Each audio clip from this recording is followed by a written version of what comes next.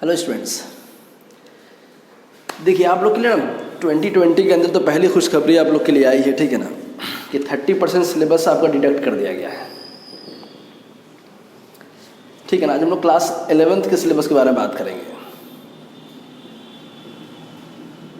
Only for chemistry. ठीक है ना। 12th के कौन कौन सा टॉपिक हटा दिया गया है, ठीक है ना, कौन कौन सा टॉपिक है अभी सिलेबस के अंदर, किस चैप्टर को हटा दिया गया है, ठीक है ना, किस चैप्टर को रखा गया है, इंटायर चैप्टर को, ठीक है ना, वो हम लोग ऑलरेडी डिस्कशन कर चुके हैं 12th वालों के ठीक लेक्चर में। ठीक है ना। 12th वाले वीडियो में आप देखिएगा, इससे पहले किया था वीडियो। अब 11th वालों की बारी आई। ठीक है। ये कौन कौन सा चैप्टर अभी रखा गया है सिलेबस के अंदर, या कौन सा चैप्टर ही हटा दिया गया है, या किसी चैप्टर से किसी टॉपिक को रिमूव किया गया है, इन सब पर डिस्कशन करेंगे हम लोग। ठीक है। तो फिलहाल आपके लिए 2020 के अंदर ही पहली खुशखबरी है आपके लिए। फिलहाल अभी तक तो कोई अच्छी न्यूज़ तो नहीं मिली थी हम लोगों को। ठीक है। फिर डिस्कशन करेंगे हम लोग नीट और जेई के बारे में। कुछ बच्चों को डाउट्स है, ठीक है ना, कि सर जेई के सिलेबस में, नीट के सिलेबस में कुछ चेंजेस हुआ है या नहीं हुआ, या होगा या नहीं होगा। ठीक है। इन सब पर बात करेंगे हम लोग। खैर, क्या हटा दिया है, अच्छा किया है, ख़राब किया है, ठीक है ना, सही किया है, गलत किया है, सब पर डिस्कशन करेंगे हम लोग कि कौन कौन सा टॉपिक हटाया और कौन सा टॉपिक रखा है, या किसी चैप्टर को हटा दिया गया। ठीक है। फर्स्ट चैप्टर जो है some basic concept of chemistry, ठीक है ना, जिसमें मूल कॉन्सेप्ट अभी हम लोग का चल भी रहा है लेक्चर में। ठीक है। तो फिलहाल जितना कुछ पढ़ाया गया है आपको, या पढ़ाया गया है, ठीक है ना, हो चुका है पढ़ाई, इसमें से किसी भी चीज़ को हटाया नहीं गया है। ठीक है। हटाया क्या क्या गया है वो आपको बता दे रहा हूँ मैं। ठीक है ना। ये कौन कौन सा टॉपिक हटा दिया गया है यहाँ से। ठीक है ना। फर्स्ट चैप्टर जो सब बेसिक कॉन्सेप्ट ऑफ केमिस्ट्री है, यहाँ पर से हटाया गया नेचर ऑफ मैटर हटा दिया, लॉ ऑफ केमिकल कॉम्बिनेशन हटा दिया है, Dalton's atomic theory, concept of element, atom and molecules को हटा दिया। मतलब मिला जुला कर कहिएगा तो बहुत वैसी चीज़ें जो ऑलरेडी आप क्लास 9-10 में पढ़े हुए हैं, वो सब चीज़ों को हटा दिया है। ठीक है ना। डाल्टन्स एटॉमिक थ्योरी आप पढ़े हुए हैं पहले से, आप एलिमेंट, मॉलिक्यूल, ठीक है ना, एटम्स के बारे में जानते ही आप हैं। लॉ ऑफ कॉम्बिनेशन आप पहले से पढ़े ही हैं। मतलब मिला जुला कर वो सब चीज़ हटा दिया गया जो आप पहले से पढ़े हुए हैं, जानते हैं। ठीक है। ये रही बात पहले वाले चैप्टर की। ठीक है ना। बात करें एटम स्ट्रक्चर की। एटम स्ट्रक्चर क्लास 9th में भी पढ़े होंगे आप। स्ट्रक्चर ऑफ एटम कहिए, एटम स्ट्रक्चर कहिए। ठीक है ना। क्या क्या हटा दिया गया है इस चैप्टर से, डिलीटेड पोर्शन के बारे में बात करें, कौन कौन सा टॉपिक हटा दिया गया है। ठीक है ना। तो इस सब चैप्टर से टॉपिक्स हटाए गए, कुछ कुछ टॉपिक हटा दिया गया है। हटाया discovery of electron, proton, neutron. वैसे ही बच्चों को ये सब बोरिंग करता था। ठीक है ना। ऐसे भी आप 9th क्लास में हिस्ट्री ऑलरेडी पढ़ चुके हैं, discovery of electron, proton, neutron के बारे में। यहाँ भी पढ़ना था 11th क्लास, लेकिन हटा दिया फिलहाल। ठीक है। एटॉमिक नंबर, आइसोटोप्स, आइसोबार से सबको हटा दिया। एटॉमिक नंबर आप 9th क्लास से 8th क्लास से पढ़ाया था आपको। ठीक है ना। आइसोटोप्स, आइसोबार्स, ठीक है ना, बिहार बोर्ड वाले बच्चे पढ़े होंगे। समस्थानिक, संभारिक, ये सब नाम से पढ़े होंगे हिंदी में। ठीक है ना। परमाणु संख्या एटॉमिक नंबर को बोलते। ठीक है ना। खैर,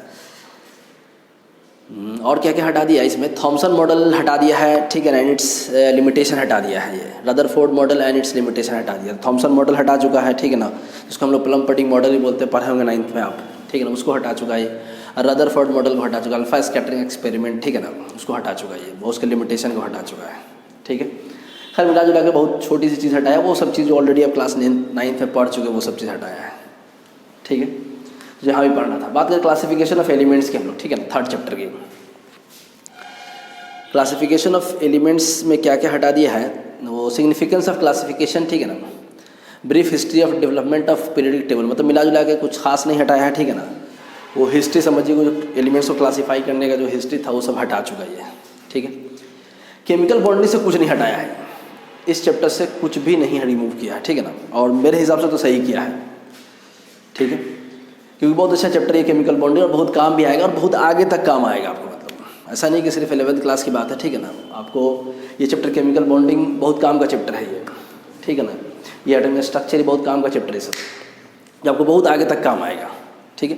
खैर, अच्छी बात है कि इस चैप्टर से कुछ हटाया नहीं है, केमिकल बॉन्डिंग से कुछ भी सिंगल टॉपिक में नहीं रिमूव किया है। ठीक है। चलिए, यहाँ तक तो खैर हम लोग का ये 3 चैप्टर हम लोग का ये था फिजिकल केमिस्ट्री का। ठीक है ना। जनरल केमिस्ट्री था ऊपर हम लोग के पास। ठीक है ना। ये physical chemistry, states of matter, thermodynamics, equilibrium. देखते हैं स्टेट्स ऑफ मैटर से क्या हटा दिया है। स्टेट्स ऑफ मैटर से हटाया है liquefaction of gas, critical temperature, kinetic energy and molecular speed, liquid state, vapour pressure, viscosity, surface tension. ठीक है ना। खैर, ये एनसीईआरटी के लास्ट टॉपिक में मिलेगा आपको, ठीक है ना। मतलब पूरा का पूरा लिक्विड का टॉपिक ही खत्म कर दिया। मतलब यहाँ पर स्टेट्स ऑफ मैटर के अंदर बेसिकली वो जो सॉलिड लिक्विड गैस है 11th क्लास के अंदर ना, इसमें हम लोग को गैस और लिक्विड पढ़ना है, ठीक है ना। तो लिक्विड का बहुत छोटा सा टॉपिक पढ़ाया है ये, ठीक है ना, बहुत थोड़ा सा पढ़ाया है। खैर जितना भी पढ़ाया है ये पूरा का पूरा रिमूव कर दिया है, इसने हटा दिया है, ठीक है ना। गैसेस स्टेट रहने दिया है, गैसेस स्टेट में से कुछ टॉपिक हटा दिया है, जैसे लिक्विफिकेशन ऑफ गैस हटा दिया है, क्रिटिकल टेम्परेचर हटा दिया, kinetic energy and molecular speed हटा दिया है, ठीक है। ये मतलब समझिए कि लास्ट का टॉपिक ही हटाया है बेसिकली, ठीक है ना। बात करें थर्मोडायनेमिक्स की, ठीक है ना। थर्मोडायनेमिक्स बहुत ज़्यादा कुछ नहीं हटाया, heat capacity, specific heat capacity and criteria for equilibrium, ठीक है ना। मेनली समझिए कि हीट कैपेसिटी का टॉपिक ही समझिए हटा दिया है वो, ठीक है। पढ़ना था एक पूरा का पूरा एक टॉपिक हीट कैपेसिटी का, ठीक है ना। स्पेसिफिक हीट कैपेसिटी दोनों टॉपिक को हटा चुका है यहाँ से, ठीक है। ज़्यादा कुछ नहीं हटाया, मतलब आप इन टर्म्स ऑफ परसेंट बात करेंगे थर्मोडायनेमिक्स में तो जो टॉपिक हटाया है वो मैक्सिमम से मैक्सिमम, मुश्किल से मुश्किल वही 5-7% होगा, ठीक है ना। जो पूरे चैप्टर का इंटायर चैप्टर को देखिए तब, ठीक है ना, मैक्सिमम से मैक्सिमम 10%, ठीक है। इक्विलिब्रियम चैप्टर के अंदर जो है ना ये, इसमें भी बहुत कुछ नहीं हटाया, ठीक है ना। थोड़ा सा हटाया सिर्फ क्या, hydrolysis of salt. Hydrolysis of salt generally बच्चों को बहुत डर लगता है हाइड्रोलाइसिस ऑफ सॉल्ट से, मैक्सिमम बच्चे बहुत डरे रहते हैं हाइड्रोलाइसिस ऑफ सॉल्ट से, ठीक है ना। तो इसको हटा दिया तो थोड़ा सा डर आपका कम हो जाएगा आपका, ठीक है। बहुत सारे बच्चे हाइड्रोलाइसिस ऑफ सॉल्ट से बहुत ज़्यादा डरे रहते हैं। और हेंडरसन इक्वेशन हटा दिया है यहाँ से इसने, ठीक है ना। वो आयनिक इक्विलिब्रियम के अंदर है, ठीक है ना। तो खैर ज़्यादा कुछ नहीं हटाया है तो, लेकिन फिर भी जो टॉपिक हटाया है उससे बच्चा बहुत डरा रहता था उस टॉपिक से, ठीक है ना। खास करके वो हाइड्रोलाइसिस ऑफ सॉल्ट, ठीक है ना। तो खैर अच्छी बात है आप लोग के लिए कि आप लोग के लिए थोड़ा सा आसान हो गया है, ठीक है ना, कि सिलेबस से हटा दिया है। तो हाइड्रोलाइसिस ऑफ सॉल्ट हटा दिया और हेंडरसन इक्वेशन हटा चुका है। चलिए पार्ट 1 की बात रही, ठीक है ना। पार्ट 1 का कहानी खत्म, इतना कुछ डिलीटेड पोर्शन है, ठीक है ना। आपके ग्रुप में भेज देंगे वो डिलीटेड पोर्शन भी, ठीक है। एनसीईआरटी पार्ट 2 में बात करें, ठीक है ना। रेडॉक्स रिएक्शन, रेडॉक्स में क्या क्या हटाया, सिर्फ एप्लीकेशन ऑफ रेडॉक्स रिएक्शन हटाया है, सिर्फ एक टॉपिक हटाया एप्लीकेशन ऑफ रेडॉक्स रिएक्शन, ठीक है। तो ज़्यादा कुछ चेंजेस नहीं किया इसके अंदर, ठीक है ना। बात करें हाइड्रोजन चैप्टर की, hydrogen preparation properties and uses of hydrogen, hydrogen peroxide preparation reaction and structure and uses, ठीक है ना। मेनली समझिए 2 टॉपिक को हटाया, एक तो हाइड्रोजन का प्रिपरेशन और हाइड्रोजन का प्रॉपर्टीज और यूजेस हटा दिया है, और हाइड्रोजन पेरोक्साइड का प्रिपरेशन उसका रिएक्शन, ठीक है ना, उसका प्रॉपर्टीज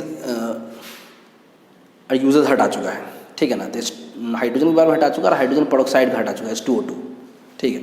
बहुत ज़्यादा कुछ जो चेंजेस किया है ना, मतलब बहुत ज़्यादा टॉपिक जो हटाया है वही 3 से, मतलब S block P block, S block का पी ब्लॉक तो समझिए कि बिल्कुल 50-50 आप बोल सकते हैं, ठीक है ना, इवन कि उससे ज़्यादा ही, ठीक है।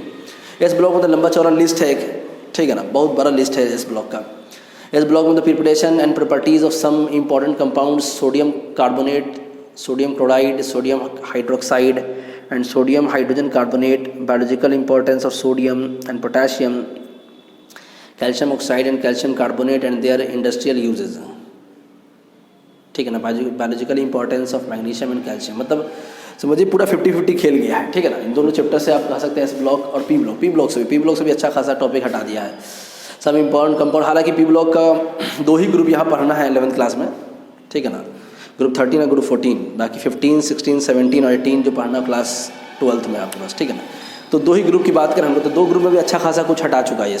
Some important compounds of borax, boric acid, boron, hydride, aluminium reaction with acid and alkali, uses हटा चुका, ठीक है ना। कार्बन टॉपिक से क्या क्या uses and some important compounds का, oxides, important compounds of silicon and a few uses, ठीक है ना। Silicon tetrachloride, silicon silicates and zeolite, their uses, मतलब अच्छा खासा टॉपिक, मतलब समझिए कि 50-50 खेल गया यहाँ से, ठीक है ना, ये बोल सकते हैं, ठीक है ना। तो बहुत ज़्यादा जो टॉपिक हटाया है या जो उड़ाया है, ठीक है ना, वो सिर्फ हाइड्रोजन, एस ब्लॉक और पी ब्लॉक से अच्छा खासा टॉपिक उड़ा दिया, हटा दिया है, मतलब समझिए एकदम बिल्कुल 50-50 से उससे भी नीचे ले आया है ये, ठीक है। चलिए उसके बाद बात करते हैं ऑर्गेनिक केमिस्ट्री के हम लोग, ठीक है ना।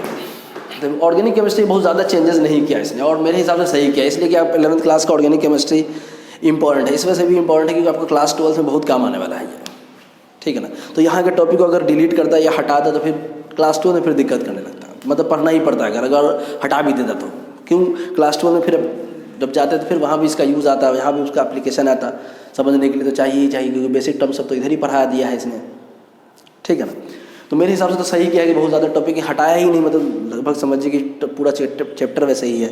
हटाया क्या है, ये थोड़ा सा हटा दिया, ठीक है ना। Method of purification of qualitative and quantitative exam analysis, ठीक है ना, वो लास्ट में एक टॉपिक है पढ़ने के लिए, वो लास्ट का टॉपिक हटा दिया है इसमें बेसिक ऑर्गेनिक केमिस्ट्री से, ठीक है ना। बात करें हाइड्रोकार्बन से, तो हाइड्रोकार्बन से free radical mechanism of halogenation, ठीक है ना, कंबशन एंड पायरोलाइसिस, बहुत कुछ नहीं हटाया है। आप इन टर्म्स ऑफ परसेंट बात कीजिएगा तो मुश्किल से मुश्किल 2-3%, 4% हटा दिया है इसने, ठीक है ना। बाकी सब पूरा इंटायर चैप्टर वैसे ही रखा है, ठीक है। Last chapter in environmental chemistry, चलिए इसकी खुशी की बात है, ये पूरा का पूरा चैप्टर ही डिलीट कर दिया इसने, ठीक है ना, मतलब पूरा चैप्टर ही हटा दिया। आज सही किया, भी हटा दिया है, बहुत याद बात करना पड़ता है इसमें आपको एनवायरमेंटल केमिस्ट्री के अंदर, ठीक है ना, मतलब रटना पड़ता है आपको बहुत सारी टर्म्स अब इसके अंदर, ठीक है। ये 11th क्लास के अंदर ना ये एक चैप्टर जो है पूरा का पूरा कंप्लीट रिमूव कर दिया है। क्लास 12th में 3 चैप्टर रिमूव किया कंप्लीटली, पूरा का पूरा चैप्टर उड़ा दिया हवा में, ठीक है ना। वो रोहित शेट्टी की मूवी की तरह एकदम गया भाई, बाइक कार ऊपर गया, खैर ये सब नीचे नहीं आया, लेकिन उसकी मूवी तो नीचे आ भी जाता है, ठीक है ना। तो इन लोगों का काम तमाम हो चुका है, ठीक है। तो टोटल 14 चैप्टर था, तो आपको 13 पढ़ना है। 13 में से जो चेंजेस किया है, ज़्यादातर जो चेंजेस किया है वो इनऑर्गेनिक केमिस्ट्री के अंदर ही किया है, बाकी इधर तो कुछ खास चेंजेस किया नहीं। ऑर्गेनिक केमिस्ट्री के अंदर रेडॉक्स में भी एक ही टॉपिक हटाया है, ठीक है ना। जो थोड़ा बहुत चेंजेस किया यहाँ स्टेट्स ऑफ मैटर के अंदर पूरा का पूरा लिक्विड का टॉपिक हटा दिया है, ठीक है। तो ये सिलेबस आपके लिए, ठीक है ना, 2021 के लिए, ठीक है ना, 2020-2021 के लिए सिलेबस है आपका। जो रिवाइज सिलेबस आया वो 30% डिडक्ट होकर के आया है, ठीक है ना। आपके लिए खुशी की बात है ये भी, और क्योंकि आपका पढ़ाई जो है थोड़ा बहुत डिस्टर्ब भी हुआ ये कोविड की वजह से, ठीक है ना। खैर प्रॉब्लम तो सब लोगों को हुआ, ठीक है ना। तो जितना जल्दी ये सब प्रॉब्लम सॉल्व हो सबके लिए अच्छा है, ठीक है। बात कर लेते हैं मार्क्स की हम लोग, ठीक है ना। मार्क्स क्या क्या डिस्ट्रीब्यूशन है, देखिए पहले तो 2 चैप्टर है ना, फर्स्ट और सेकंड, इसमें से आपसे 11 मार्क्स का क्वेश्चन पूछेगा ये, ठीक है। मतलब some basic concept of chemistry का जो चैप्टर है, ठीक है ना, और एटॉमिक स्ट्रक्चर का जो चैप्टर, ठीक है ना। इससे chapter number 3 classification of elements, इससे 4 मार्क्स का क्वेश्चन आएगा, ठीक है। बात करें चैप्टर नंबर 5, ठीक है ना। 5 मतलब स्टेट्स ऑफ मैटर, ठीक है ना। 6 केमिकल बॉन्डिंग भी तो बचा ना, 4 केमिकल बॉन्डिंग, ठीक है ना। 5 स्टेट्स ऑफ मैटर, ठीक है ना। 6 केमिकल थर्मोडायनेमिक्स और वो 7 इक्विलिब्रियम, ठीक है। तो केमिकल बॉन्डिंग से लेकर के इक्विलिब्रियम तक 21 मार्क्स का, ठीक है ना। ये टोटल 4 चैप्टर जो है ये आपसे कितना मार्क्स का पूछेगा, 21 मार्क्स का, ठीक है ना, ठीक है। हो सकता है कि एग्जामिनेशन के पैटर्न में भी कुछ चेंजेस करे, ठीक है ना। फिलहाल तो इसका कोई अभी तक नोटिफिकेशन नहीं है, लेकिन मे भी चांसेस है, ठीक है ना, कि हो सकता है कुछ चेंजेस वगैरह करे, लेकिन ज़्यादा चांस है कि वो 12th में करे। देखिए 11th में तो स्कूल पर डिपेंड रहता है, ठीक है ना, वो तो अब स्कूल वाले समझे, लेकिन फिर भी कोई ना कोई नोटिफिकेशन तो CBSE बोर्ड का आएगा ही, ठीक है ना, कि कैसे एग्जामिनेशन को कंडक्ट कराना है, क्या करना है अभी, क्योंकि ये जो अभी पेंडेमिक चला है इसमें भी बहुत सारी परेशानी हो गई सब लोगों को, है ना। तो कुछ ना कुछ गाइडलाइंस आएगी, वेट करें, आप भी वेट करें, मैं भी वेट करता हूँ, ठीक है ना। खैर रेडॉक्स रिएक्शन नेक्स्ट जो है ना, रेडॉक्स हाइड्रोजन S ब्लॉक और P ब्लॉक, ये सब मिला करके 16 मार्क्स का, ठीक है ना। रेडॉक्स हाइड्रोजन S ब्लॉक और P ब्लॉक टोटल मिलाकर 16 मार्क्स का है, ठीक है। ये आपसे मार्क्स का डिस्ट्रीब्यूशन है, ठीक है ना।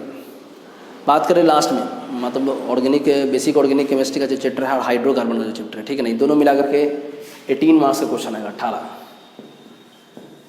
ठीक है ना, 18। तो आप जोड़ दें, ठीक है ना, 11, 4, 21, ठीक है ना, 16 और 18 सब मिला करके 70 मार्क्स का हो जाएगा आपके पास, ठीक है। ये मार्क्स डिस्ट्रीब्यूशन है।